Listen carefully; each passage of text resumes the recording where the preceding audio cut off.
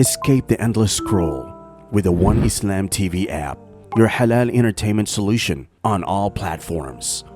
One God, one message, one purpose of life. Subscribe now. Assalamu alaikum wa rahmatullahi wa barakatuh. A question has come to me asking about the process of ghusl. What is this term ghusl in Islam? The definition of ghusl is basically showering or bathing. That's all it really is. However, we use the term ghusl in Islam to refer to a specific process after a particular activity or practice.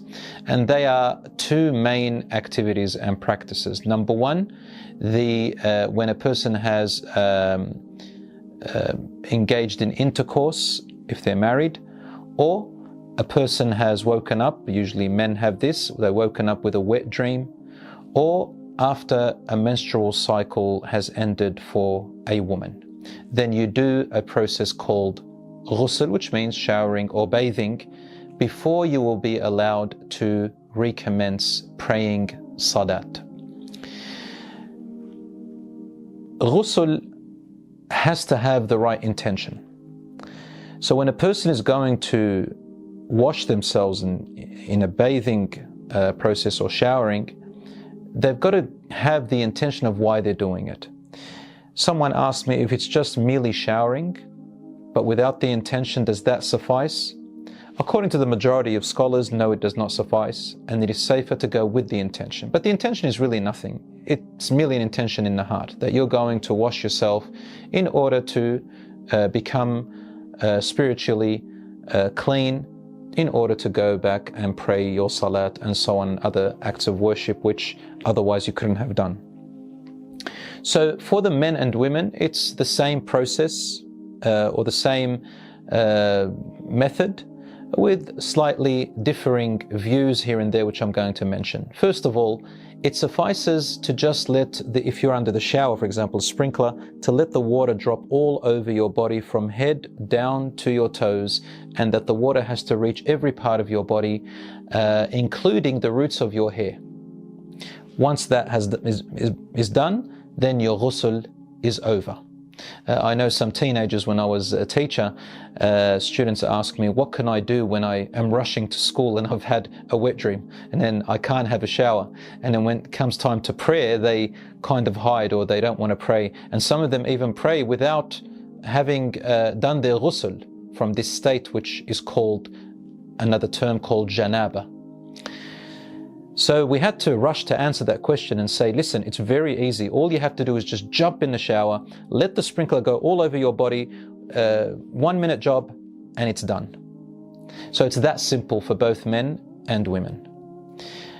Otherwise, if a person has made a mistake and gone out to school or work and hasn't done their ghusl, then they have to make up their prayer, of course, in something called qada, but this cannot continue this way.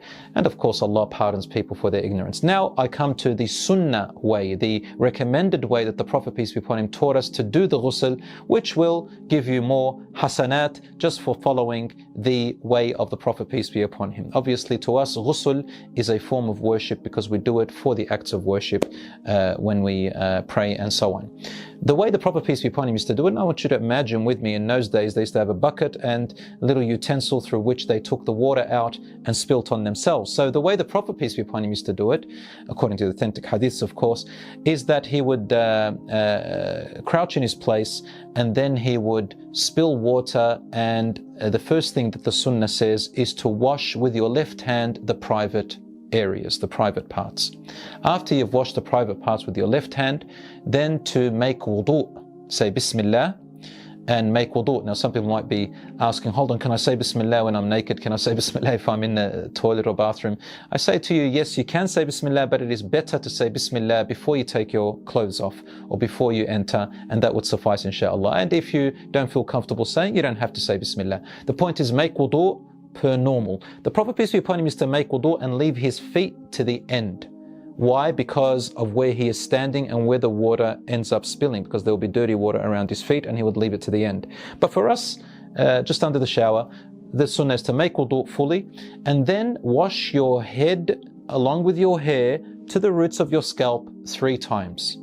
Now, if you've got hair which you've tied up, especially with women, because generally we know that women have long hair and sometimes very hard for them and they don't want to untie it.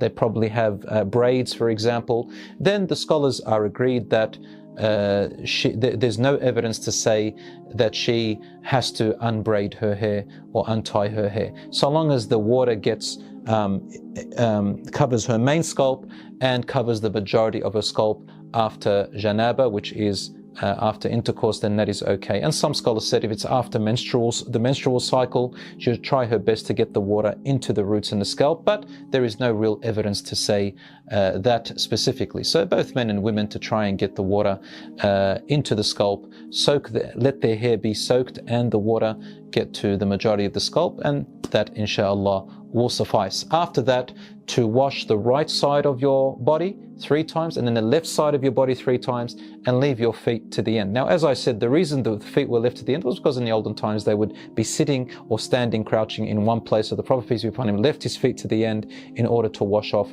all the residual and the water that had spilt down. But for us, I think you understand, for those of you who have showers and sprinklers, just having the water drop on you is enough. Now, last question, do you have to make wudu in ghusl, or does ghusl suffice and cover your wudu as well? Is it a package or all together, or do you have to do them separate? The correct view, brothers and sisters, is, and the safest one, is to also make wudu. So make the intention for ghusl in your heart and then the intention for wudu while you're in the shower, and inshallah you can pray straight after it. I hope that answers your question. Wassalamu alaikum wa rahmatullah. Introducing One for Kids TV, the #1 rated Islamic children's app in the world. Get ready for a world of fun, education, and value-based entertainment. Join thousands of families worldwide who have rated it as a top app for Muslim children and embark on an exciting journey of learning and fun. Download the One for Kids TV app now from the Apple, Google, and Amazon stores today.